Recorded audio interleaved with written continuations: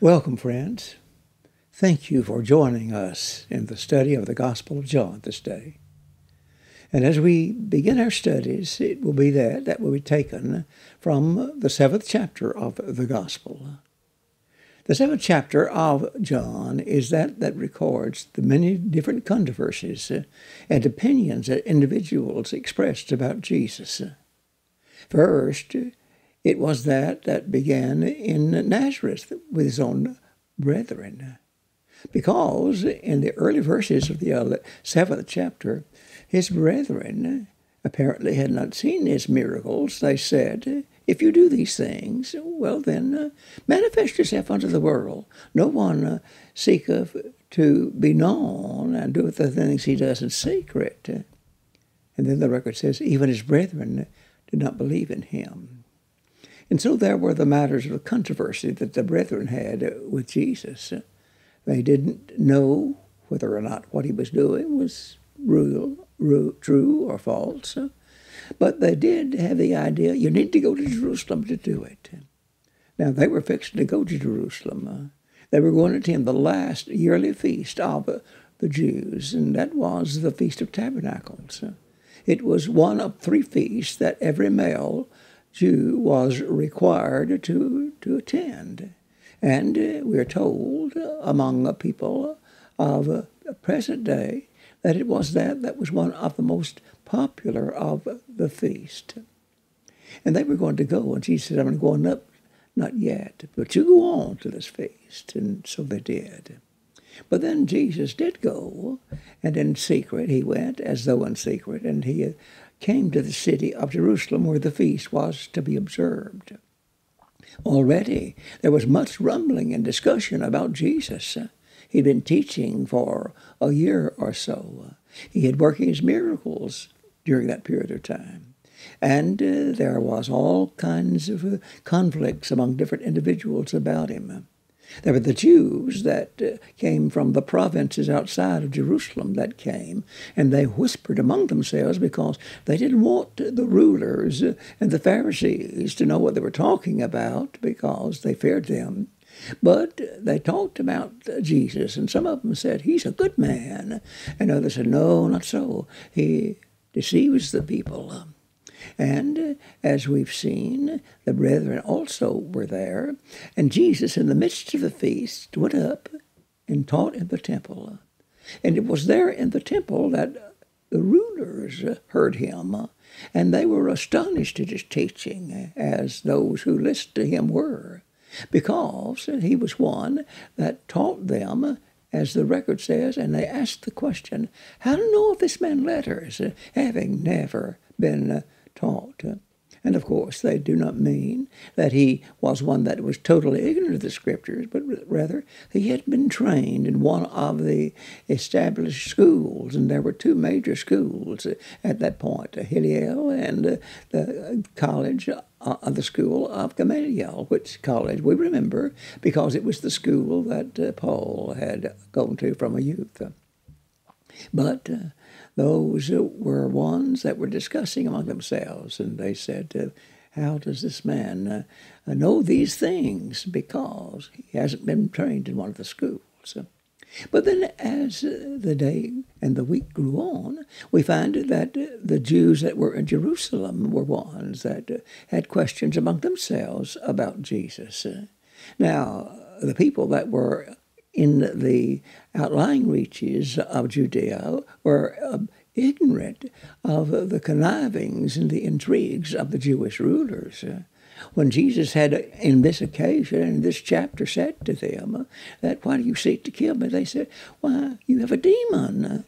No one's seeking to kill you. They were ignorant of the designs and the intents of the Jewish rulers.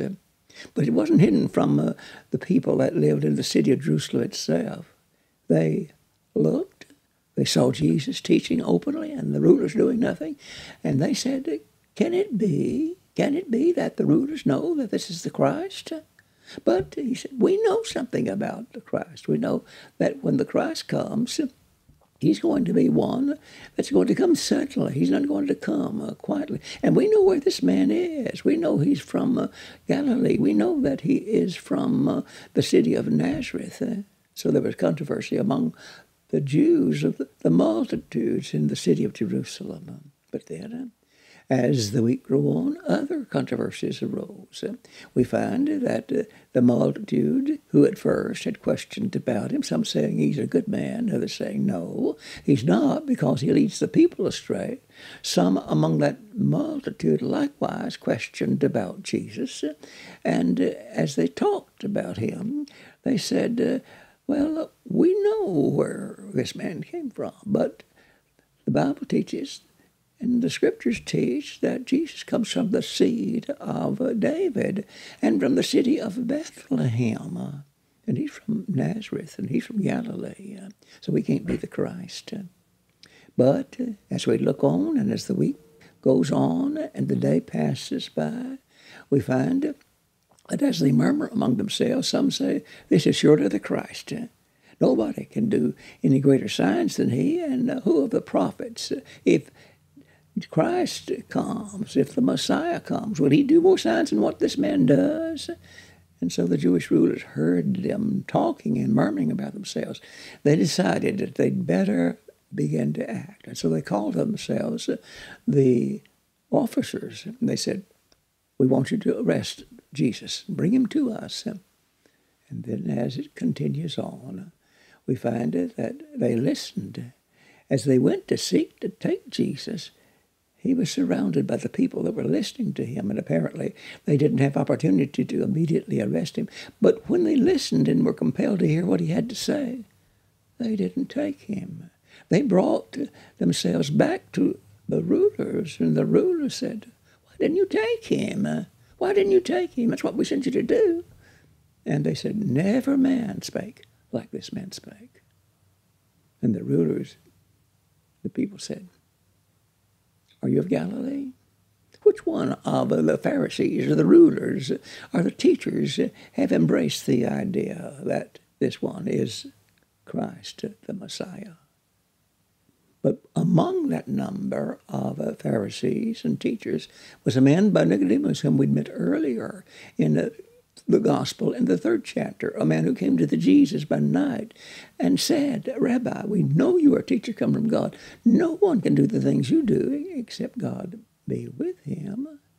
And as he heard these individuals saying, are you ones that know nothing? Which one of the rulers, which one of the Pharisees have accepted him, as though that means that they should accept because that's what the Pharisees said? And Nicodemus said to them, doth our law judge a man before it hear from him and know what he doeth? That was a good question. And as we look, we find that they turned on him and they said, are you also from Galilee? Search and see. Out of Galilee ariseth no prophet.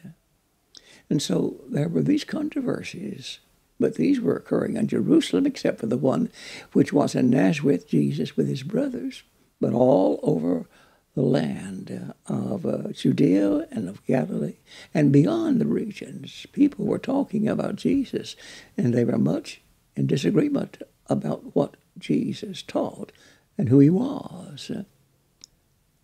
And today, people still are in disagreement about Jesus. You know, there was scarcely anyone who has heard about Jesus and knows something about what the record teaches about him and the claims made for him. Scarcely anybody that's heard those things that does not have some kind of a determination about Jesus. They've got an opinion about him. And these Jews likewise had an opinion about Jesus, but their opinions were divided, and they weren't all the same, and they weren't on the same page. The only way we can really know what the truth is of the controversies that individuals had about Jesus Christ is just let Jesus tell us himself. The record teaches that Nicodemus spake, as already we have mentioned, and said, doth our law judge a man except it first hear from him and know what he doeth? one of the inherent rights of man, no matter wherever he is, no matter whatever nation he's born under. He ought to have the right to speak in his behalf and to defend himself when he is accused. And that's what Nicodemus said. That's what our law teaches. It doesn't judge a man. It doesn't judge a man upon the basis of anything except they're going to hear what his testimony is and see what the accused has to say about himself.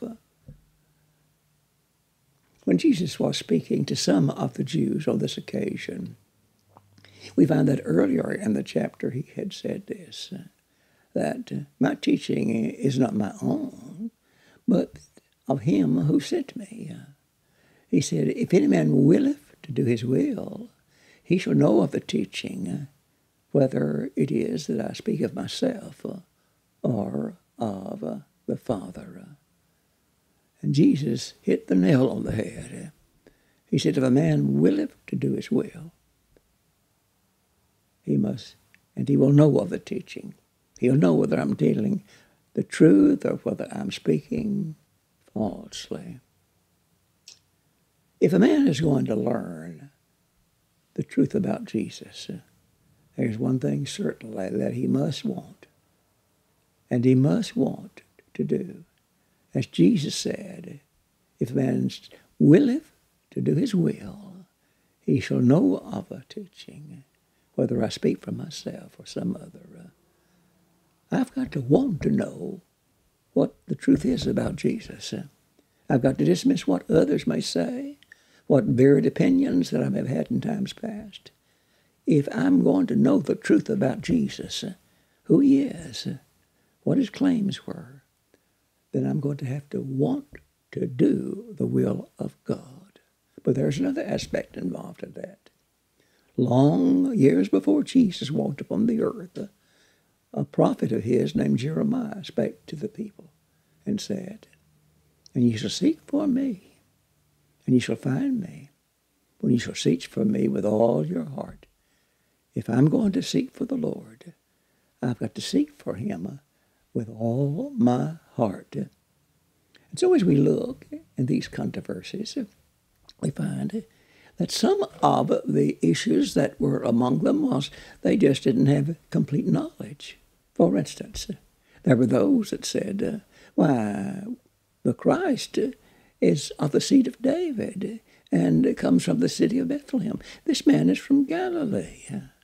Had they known the whole facts, they would have known that Jesus was from the seed of David and of the seed of David, and that he had been born in Bethlehem, just as the prophet Micah had said. Had they enlarged upon their knowledge and sought what he claimed, they would not have had this misunderstanding about him. There were others that said, why, this one, we know where he's from, but when the Christ comes, nobody's going to know where he's from. Well, true, and in a sense false, because the truth of the matter was that if a man knew where Christ from, he would know whether or not he was one that was from the seed of David or from the city of Bethlehem. He would know that. And he would know that he wasn't of himself, that he did come mysteriously. And he did come, but what the nation did not seem to recognize was that he came, God sent. Now, I don't know what happened as far as the soldiers were concerned, whether they lived to their conviction. I do know that many of the Jews that were elsewhere, rather than Jerusalem, were ones that did embrace the teachings of Jesus, and they became obedient to the gospel of Christ. I know that some were ones that from Jerusalem that likewise embraced that. As far as Nicodemus was concerned, we have every confidence that he stayed with him all the way. He didn't understand, but he knew one thing. He said, we know you are a teacher come from God, for no one doeth the things that you do, save God be with him. The message that Jesus came was a wonderful message, but hard to believe. And because it was hard to believe, God made sure that his words would not be questioned by giving him signs and wonders to work.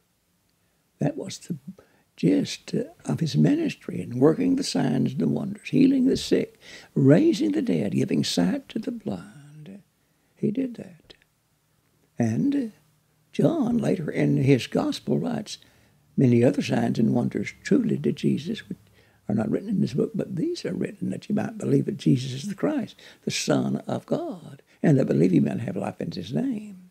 And on the day of Pentecost, when the Apostle Peter preached that first wonderful gospel sermon, he said, Jesus of Nazareth, a man approved of God unto you by mighty works and wonders and signs which God did by him in the midst of you, even as ye yourselves know. And Jesus worked many marvels. We find that in John the 9th chapter, Jesus was in Jerusalem. He came along and found a man that was blind from birth.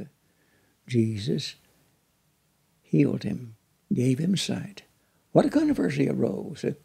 The parents were afraid to acknowledge that Jesus had healed him, because they knew that already the Jews had determined if anyone confessed that Jesus was the Christ, they'd thrust him out of the synagogue. So when they asked and were asked about this one that was now healed, they said, yes, he is our son. He was born blind. He sees, but we don't know. He's old enough. You ask him. And as they continued to ask him, they asked him this, what do you think about the one that healed you? And he said, he's a prophet. In the course of their conversation, as they tried to make him deny that Jesus had power and that Jesus was the Messiah, they said, we know God spoke to Moses, but as far as this man is concerned, we don't know where he's from. And this blind man, now sightful, said, well, here it is the marvel. You don't know where he came from. And yet, he opened mine eyes. That was a wonderful miracle. But the Jews didn't believe it. A few days or a few weeks later, Jesus came to Judea again. His dear friend Lazarus had died. Many Jews of the ruling class and otherwise came to comfort the sisters of Lazarus. And Jesus healed them in the sight of all these people. And you know what? Some of them believed, but you know what? Some of them ran to the rulers and told what Jesus had done. And it hardened the rulers' attitude. We've got to get rid of him right now. But the people said, he does many miracles. And then they did crucify him. And on the day after they'd crucified him, the rulers were cunning, smart. They went to Pilate and said, sir, we remember that while that deceiver lived, that he predicted that he would raise from the dead in 3 days. We ask for you a guard, that they might stand guard at that tomb, so that no one can come and steal away his body. And then his disciples say he's been risen from the dead. The last error will be worse than the first. Pilate says, you got a guard, make it as sure as you can. But the first day of the week came, and death could not hold him. And angels came from Jerusalem, or came from heaven, and as they came from heaven, they rolled back that stone with mighty racket, noise. And the ruler, or the ones that were the keepers, were ones that became as dead. It was an awesome thing, a fearful thing. Jesus arose. Now they went to the rulers, and they told what had happened. Did the rulers say, we're wrong? We should not have had him crucified. This is the Son of God. Oh, no. They didn't say that. They said, here, take this money. You tell those that may inquire of you that his disciples came by night and we were asleep, stowed his body away. Yeah, they didn't believe. Nothing would convince them. The resurrection of Christ would not convince them. The miracles that Jesus gave are still here for us today. The record said, these are written. Why? That you might believe that Jesus is the Christ, the Son of God. And believing, you might have life in his name. Jesus is the bread of life. He is the way, the truth, and the life. No one comes to the Father by him. He has the words of eternal life. We must go to him. And when there are controversies in the world, we must resort to him, his word, to resolve every question that arises about him and of his people. Thank you for listening, friend. May God bless you and keep you through the rest of this day.